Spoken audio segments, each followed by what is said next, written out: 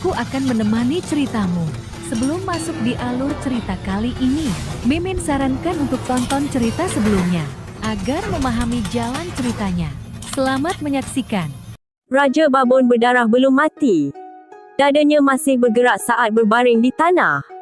Namun, cahaya putih keperakan itu menghancurkan tubuhnya. Luka fatal di dada juga berubah menjadi hitam dan mulai membusuk, ukuran lukanya membesar. Raja Babon tidak punya waktu lama untuk hidup. Setelah merenung sejenak, Zhang Lexuan menjawab, "Saya fikir itu mungkin." Meskipun kekuatan spiritual Raja Babon tidak terlalu luar biasa, ia menggunakan kekuatan spiritualnya ketika ia memulai Mers Berserk dan Bloodlust. Tidak mudah bagi jiwa bela diri tipe spiritual anda untuk menemukan cincin jiwa yang kokoh. Jika anda berfikir bahawa Mers Berserk atau Bloodlust dapat membantu anda dapat menyerap cincin jiwa. Bagaimanapun, itu dapat meningkatkan kekuatan fisik anda. Petik 2. Huo Yuhao bahkan tidak berfikir lebih jauh, "Beri aku." Memang, dia sangat akrab dengan betapa sulitnya menemukan cincin jiwa tipe spiritual. Dia bisa menerima efek Mers Berserk dan Bloodlust. Selain itu, budidaya Raja Babon ini adalah 50,000 tahun. Dia lebih dari puas jika cincin jiwa kelimanya bisa menjadi 50,000 tahun. Itu juga bisa menutupi kekurangannya dalam hal keterampilan jiwa. Selain itu, Huo Yuhao punya rencana sendiri. Setelah turnamen selesai, dia punya beberapa rencana untuk dirinya sendiri. Dia masih ingin meningkatkan kekuatan fisiknya. Entah itu di medan perang atau memamerkan alat jiwa yang lebih kuat, dia membutuhkan tubuh fisik yang kuat. Tepat saat Huo Yuhao siap berjalan Raja Babon berdarah, dia dihentikan oleh seseorang. "Itu tidak kokoh untukmu. Sebaliknya, berikan padaku." Suara tiba-tiba ini menyebabkan ketidakharmonisan dalam tim. Dia terpana mengetahui bahawa itu adalah Wang Qiwei yang menghalanginya. Wang Qiwei mengenakan ekspresi dingin di wajahnya saat dia berbicara dengan Huo Yuhao. Setelah menyelesaikan kalimatnya, dia segera berjalan Raja Babon berdarah. Merebut cincin jiwa. Ini adalah tindakan tercela dalam situasi apapun, tetapi mereka bahkan rekan satu tim. Cahaya keemasan melintas. Wang Donge mengepakkan sayap radian butterfly goddess-nya di depan Wang Qiwei dan mengamuk, "Apakah anda tahu apa arti first come first serve? Apakah kita seharusnya mengikuti kata-kata anda hanya kerana anda mengatakan itu tidak kokoh untuknya?" Petik 2. Tak satu pun dari mereka mengenakan kerudung pada saat ini. Ketika mereka bertabrakan, semua orang memikirkannya, kerana mereka berdua memiliki penampilan yang sama. Wang Qiwei berkata dengan dingin, "Pergilah. Saya sudah mengungkapkan. Jiwa binatang ini tidak kokoh untuknya." Petik 2. Wang Donge juga mengenakan ekspresi dingin di wajahnya saat dia membalas, "Jangan berfikir kamu hebat hanya kerana kamu kuat. Aku akan membiarkanmu menyatu dengan cincin jiwa ini, tapi hanya jika kau mengalahkanku dalam pemukulan." Petik 2. Wang Qiwei memadukan, "Itu mudah." Lampu keemasan mulai naik dan gemuruh naga menggema. "Hentikan!" Suara marah terdengar. Saat cahaya perak menyala, Zhang Lexuan sudah melangkah di antara kedua wanita. Ekspresinya sangat dingin. Cahaya emas Wang Qiwei memudar, tetapi kesombongan di matanya tidak hilang. Ada dingin di matanya. Bahkan menghadapi Zhang Lexuan, dia tidak punya niat untuk memberi jalan. Zhang Lexuan marah ketika dia berkata, "Apa yang kamu lakukan berdua? Lihatlah kalian berdua. Apa ini? Apakah anda masih teman sekolah dari akademi yang sama? Di hutan Great Stardo, anda bukan hanya teman sekolah, tetapi juga rekan prajurit. Jika anda berdua terus bertengkar, apakah anda masih akan saling percaya?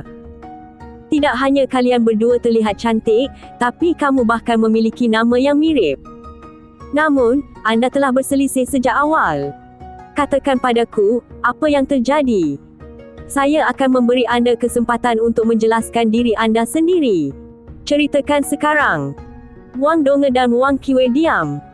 Wang Donge menegakkan kepalanya sementara Wang Qiwei mengangkat kepalanya ke langit. Keduanya sama saja. Katakan padaku. Katakan sesuatu. Apapun masalah yang anda miliki satu sama lain, jelaskan sekarang.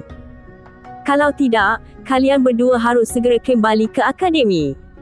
Saya telah memimpin banyak waktu di waktu saya, tetapi saya belum pernah melihat yang seperti ini. Apa yang kalian berdua rencanakan? Zhang Lexuan sangat marah.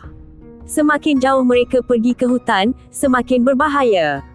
Meskipun dia telah bekerja sama dengan Han Ruoruo untuk mengalahkan babon berdarah sebelumnya, itu merenggut semua harta benda mereka. Meski begitu, masih ada beberapa ketidakharmonisan dalam tim. Bagaimana mereka berani menghadapi situasi ini? Dong menjawab, kakak perempuan tertua, Yu Hao berkata dia ingin cincin jiwa lebih dulu, tetapi dia mencuba merebutnya dari dia. Bagaimana dia bisa tercela? Apa aku salah menghentikannya? Petik 2. Wang Qiu mengerang, saya mengatakan kepadanya bahawa makhluk jiwa ini tidak kokoh untuknya. Wang Dong mengamuk, apakah kata-kata anda sudah final? Tahukah anda betapa sulitnya bagi Yu Hao untuk menemukan cincin jiwa mengingat dia adalah seorang guru jiwa tipe spiritual? Dia akhirnya menemukan satu yang kokoh, tetapi anda ingin merebutnya dari dia. Aku tidak akan membiarkanmu. Petik 2. Zhang Lexuan juga menatap Wang Qiwei dan bertanya, ketika saya bertanya kepada semua orang sekarang, mengapa anda tidak berbicara? Anda hanya mengatakan sesuatu setelah Yu Hao membuat keputusan. Menjelaskan tindakanmu. Petik 2. Wang Qiwei menjawab dengan acuh tak acuh, saya sudah mengatakan bahawa cincin jiwa ini tidak kokoh untuknya. Masih sedikit kokoh untuk saya. Saya melakukan ini untuk kebaikannya sendiri. Petik 2. Zhang Lexuan menjawab, meskipun anda baru saja bergabung dengan Shrek, pemahaman anda tentang jiwa bela diri harus cukup baik mengingat anda. Saya yakin anda tahu betapa jarangnya makhluk jiwa tipe spiritual. Untuk menemukan satu yang kokoh dengan budidaya Huo Yu Hao juga sangat sulit. Jika anda bisa memberitahu saya seekor binatang buas yang kokoh dengan dia di hutan ini dan menunjukkan secara kasar di mana ia dapat ditemukan, saya akan memungkinkan anda untuk menyerap cincin jiwa ini. Petik 2. Wang Qiu menoleh ke Huo Yu Hao dan bertanya, Huo Yu Hao, apakah anda percaya padaku? Jika anda melakukannya, berikan saya cincin jiwa ini. Saya akan memimpin jalan mulai sekarang. Ini bukan pertama kalinya saya memasuki hutan. Jika saya tidak ingat salah, saya dapat membawa anda ke suatu tempat untuk menemukan cincin jiwa yang kokoh. Kalau tidak, kamu bisa mengambil kehidupan. Petik 2. Kata terdengar sangat serius. Saat dia mengatakan ini, kemarahan Wang Dong pun menghilang. Meskipun cincin jiwa Bloody Babon King sangat berharga, itu terlalu banyak untuk menyerahkan nyawa seseorang untuk itu. Selain itu, tidak sulit bagi Wang Qiwei untuk menemukan cincin jiwa yang kokoh kerana kemampuannya. Kata-katanya membuktikan bahawa dia percaya diri dalam membantu Huo Yu Hao. Huo Yu Hao mendekati Wang Dong dan meraih tangannya sebelum menganggukkan kepalanya ke arah Wang Qiwei, aku percaya padamu. Anda bisa menyerapnya, tetapi anda kehabisan waktu. Petik 2. Wang Qiu tidak membuang waktu lagi. Dia dengan cepat menuju ke Babon King. Wang Dong ingin mengatakan sesuatu, tetapi Huo Yu Hao memegang erat-erat, dan dia menahan amarahnya. Zhang Lexuan menoleh ke Huo Yu Hao, dan dia mengangguk. Dia tidak mengatakan apa-apa lagi, tetapi mengikuti Wang Qiu dengan yang lainnya. Wang Qiwei dan Raja Babon dikelilingi oleh anggota tim lainnya. Telapak tangan Wang Qiwei sudah berada di dahi Raja Babon, dan dia mengakhiri hidupnya. Setelah itu, dia duduk bersila, dan cincin jiwa hitam melayang keluar dari tubuh Raja Babon. Itu pasti jiwa cincin 50,000 tahun. Ketika itu muncul, udara tampak menjadi kental, dan aura ganas terpancar darinya. Zhang Lexuan bertanya, Wang Qiu, apakah anda percaya diri? Cincin jiwa 50,000 tahun ini jauh di atas batasan anda. Petik 2. Wang Qiwei menenangkan dan menggunakan tindakannya untuk memberikan jawaban atas pertanyaan itu. Ketika cahaya keemasan menyala, gambar naga emas muncul di punggungnya. Ukuran naga emas ini tidak terlalu besar, namun jelas dan tampak hampir hidup. Sayapnya mengepak terbuka, dan dia mengangkat kepalanya dengan bangga. Tampaknya sedikit mensemuh ketika melihat Raja Babon sebelum membuka mulutnya untuk menyerapnya. Cincin jiwa hitam mulai ditelan oleh naga emas. Cahaya emas kemudian kembali ke tubuh Wang Qiwe. Wang Qiwe duduk di sana dan tidak bergerak 1 inci pun. Lingkaran keemasan redup mulai keluar dari tubuhnya. Saat cahaya keemasan melonjak, tampak seperti kabut lembut. Sementara kekuatan jiwa mengalami undulasi yang kuat, mereka tidak tampak kejam. Itu jelas untuk melihat bahawa Wang Qiwe telah menekan aura cincin jiwa Raja Babon, kerana tidak ada tanda-tanda itu bocor. Fajar. Huo Yuhao membuka matanya, dan dia segera merasakan kelembapan di tubuhnya. Itu adalah embun pagi hutan, dan udara yang lembap dan menyegarkan dipenuhi dengan nutrisi dan energi kehidupan. Wang Donge di seberangnya secara alami membuka matanya pada saat yang bersamaan, dan mereka saling tersenyum.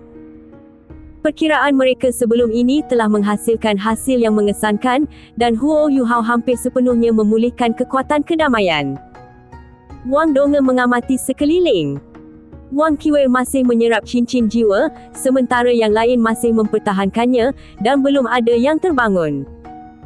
Dia berdiri dengan tenang dan duduk di samping Huo Yuhao. Dia menggunakan mulutnya untuk memberi isyarat pada Wang Qiwe dan berbisik, "Apakah anda benar-benar percaya bahawa ia dapat menemukan cincin jiwa yang lebih kokoh untuk anda?"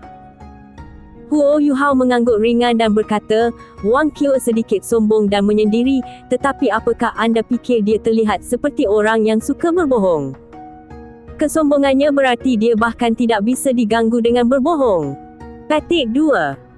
Wang Donge merenung dan berkata, "Kamu tampaknya memiliki pendapat yang tinggi tentangnya."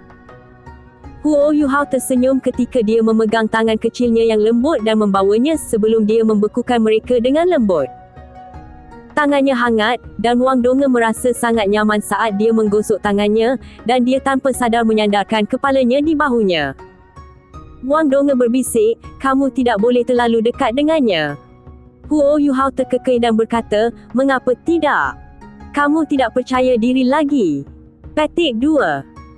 Wang Donge membentak, "Ini bukan tentang kepercayaan diri.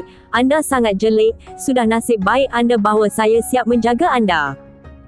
Wang Qiwe sangat arogan, "Jadi bagaimana dia bisa tertarik padamu?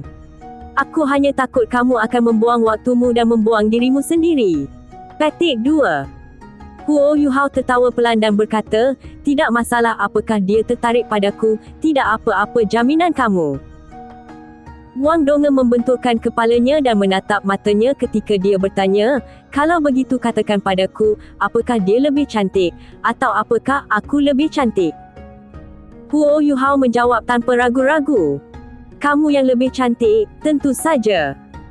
Semua wanita di dunia dipisahkan menjadi 2 kategori di mata saya, salah satunya adalah anda, dan kategori lainnya adalah di mana wanita lain berada. Hanya kamu yang cantik di mataku, dan tidak peduli bagaimana gadis-gadis lainnya terlihat, mereka semua akan terlihat sama di sekitarnya." Wang Donge tertawa. Matanya yang besar dan cantik tampak murung saat dia memutar, dan dia melingkarkan dirinya di lengan Huo Yuhao. Dia tidak repot-repot memuat betapa dia menyukai semua pembicaraan manis ini. "Kamu harus berarti apa yang kamu katakan." "Ya." Huo Yuhao bisa merasakan kehangatan dan kelembutan di sana, dan hatinya tenang dan damai secara tidak wajar. Master jiwa memperlakukan Great Stardew Forest sebagai tempat yang banyak bahaya, tetapi tempat ini memiliki cita rasa surga baginya. Kabut cahaya merasuki hutan. Udaranya lembap, tetapi juga membuat energi kehidupan menjadi lebih padat. Dia memiliki gadis yang dia cintai di sisinya, dan hatinya begitu hangat, sulit untuk menggambarkan kepuasan yang dia rasakan, dan dia hanya ingin duduk di sini seperti ini selama beberapa hari tanpa harus bergerak sedikit pun. Wang Donge memberi Huo Yuhao perasaan luar biasa ini bukan kerana dia cantik, tetapi kerana hati mereka begitu dekat. Huo Yuhao secara bertahap mengembangkan perasaan romantis ini setelah nasib Laut Dewa, tetapi menemukan bahawa ia meningkat sangat cepat dalam aspek ini. Dia selalu sangat bahagia, dan dia selalu merasa sangat beruntung ketika Wang Donge bersamanya. Mungkin Wang Qiwei lebih mirip Dewi Cahaya, dan mungkin dia juga memberikan rasa keakraban yang kuat. Namun, dia tidak bisa dibandingkan dengan Wang Donge sama sekali, yang menempati seluruh ruang di hati Huo Yuhao pada saat ini. Cahaya keemasan yang terpancar dari Wang Qiu tidak jauh dari mereka mulai surut pada saat ini, dan satu cincin jiwa demi jiwa mulai bangkit dari tubuhnya. 2 cincin jiwa kuning, 2 ungu, dan 2 hitam. Ketika cincin jimat yang ke-6 dan terakhir bangkit, rona emas di sekitarnya telah sepenuhnya masuk ke dalam tubuhnya. Itu selesai. Wang Qiu telah sepenuhnya menyerap cincin jiwa Bloom Babon King berdarah 50,000 tahun. Seluruh proses hanya memakan waktu sekitar 6 jam. Itu adalah kecepatan yang luar biasa dan menakutkan bagi seorang kaisar jiwa, namun dia telah melakukannya dengan mudah. Wang Donge berbisik, tubuhnya sangat ganas. Dia benar-benar dapat menyerap cincin jiwa 50,000 tahun begitu cepat. Oleh kerana itu, mengapa dia memiliki cincin jiwa 200 tahun dan 2000 tahun sebelumnya? Petik 2. Huo Yuhao berhenti berfikir. Wang Donge hanya membuat komentar biasa, tapi itu sangat masuk akal. Jiwa naga-naga emas Wang Qiwei harus menjadi alasan ketangguhan dan keganasannya, tetapi kerana itu terjadi, mengapa dia memiliki cincin jiwa 200 tahun? Wang Donge dapat menyerap cincin jiwa 1000 tahun sebagai cincin kedua, dan alasan utama untuk itu adalah kerana dia memiliki jiwa kembaran-kembar. Dia telah mengatakan kepada Huo Yuhao sebelumnya bahawa jiwa bela diri keduanya adalah Clear Sky Heme, yang sangat menguatkan tubuhnya dan merupakan alasan mengapa dia bisa menyerap cincin jiwa 1000 tahun sebagai cincin kedua. Wang Qiwei hanya memiliki satu belah jiwa diri, tetapi jelas bahawa tubuhnya mungkin lebih keras dari miliknya dan Wang Donge juga. Apakah dia memiliki beberapa masalah tersembunyi yang tidak disuarakannya? Mereka mengamati Wang Qiwei pada saat yang sama. Wang Qiwei menyimpulkan proses penyerapan dan melihat ke arah mereka. Ketika matanya bertemu dengan pandangan Huo Yuhao, dia menganggukkan kepalanya dengan lemah, tapi dia tidak melihat Wang Donge sama sekali. Tindakannya secara alami jatuh ke mata Wang Donge, dan ekspresi kejutan mengalir dari matanya. Dia menjentikkan kepalanya ke Huo Yuhao dan berkata, "Kenapa dia mengangguk padamu?" Huo Yuhao tidak menyembunyikan apa pun dari Wang Donge, dan dia bercerita tentang ketika dia memberi Wang Qiwei sandwich daging, dan bagaimana dia marah setelah dia melemparkan roti yang dipanggang ke tanah. Satu-satunya hal yang tidak dia katakan adalah bahawa dia dan Wang Qiwei telah makan secara bergantian dari sepotong roti panggang. Terkadang, putih bisa menghindari banyak masalah. Mata Wang Donge tampak meleleh setelah Huo Yuhao bercerita tentang kisah roti yang dipanggang dan tentang dia dan ibunya. Dia tidak peduli tentang yang lain di sekitarnya, dan tertutup lebih dalam kepelukannya saat dia melingkarkan lengannya erat-erat di pinggangnya. "Bibi sangat baik. Aku ingin tahu apakah aku bisa sebaik dia. Namun, jika suatu saat tiba ketika kita hampir mati kerana kelaparan dan hanya ada satu potong roti, maka saya pasti akan melintasinya." Petik 2. Huo Yuhao menatap gadis itu dalam pelukannya dengan dia. Wang Donge sudah menutup matanya sekarang. Dia menggunakan suara yang hanya bisa didengar oleh mereka berdua dan berkata, "Karena, saya harap anda akan memiliki saya di sisi anda di saat-saat terakhir anda. Aku tidak ingin melihatmu terluka kerana kematianku, dan aku ingin mati setelahmu sehingga aku bisa melihatmu lagi." Kata-katanya yang lembut memenuhi langsung setiap sudut hati Huo Yuhao. Dia tidak pernah berfikir bahawa seseorang akan mengungkapkan cintanya kepada orang lain seperti itu.